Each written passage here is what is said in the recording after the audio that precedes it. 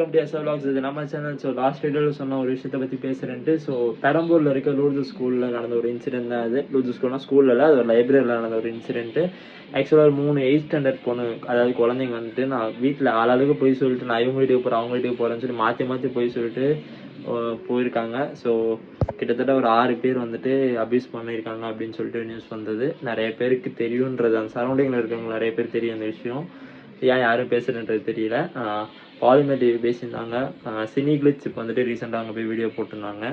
So இந்த மாதிரி இருக்கிறத ஏன் யாரும் பேச மாட்டேறீங்க, ஏன் பண்ண மாட்டேங்கிறது தெரியல. இதெல்லாம் ஒரு அவேர்னஸ். இதுக்கு மேலே அது நடக்கக்கூடாது. இப்போ யார் மேலே தப்புனா பேரண்ட்ஸ் மேலேயும் தப்பு இருக்குது, சில்ட்ரன்ஸ் மேலேயும் தப்பு இருக்குது. அந்த மாதிரி ஆளுங்க மேலே தப்பு இல்லாமல் இல்லை, இருந்து தான் இருக்குது. ஸோ எப்படி இதெல்லாம் கண்டுபிடிக்கிறது அப்படின்னு சொன்னோன்னா, எப்படிங்க யாருங்க இப்படி டிஃபைன் பண்ணுறது அப்படின்னா, நம்ம தான் நம்மளோட கண்ட்ரோலில் செல்ஃப் கண்ட்ரோல் வந்துக்கணும். எல்லாம் சோசியல் மீடியாவை பார்த்து கெட்டு போகிற இந்த ஸ்டேஜில் இருக்கேன். சோசியல் மீடியா தான் கெடுக்குது எல்லா விஷயத்தையுமே. அதை நம்ம ஹேண்டில் பண்ணுறதுல தான் இருக்குது. நான் இல்லை இப்படியே பார்த்துட்டு சைலண்டாக அந்த விஷயத்தை எதுவும் பேசாமல் போவேன், பண்ணாமல் போவேன், ஷேர் பண்ணாமல் போவேன் அப்படின்னா, நாளை பின்னா உங்களுக்கு க்ளோஸ் ஆனவங்களுக்கு இதுமாதிரி நடந்துச்சுன்னு சொல்லி நியூஸ் வரலாம். ஓகேவா?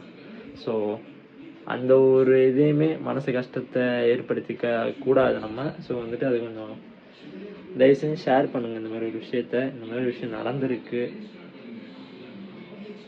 பார்த்துருங்க எல்லாருமே. Stay safe.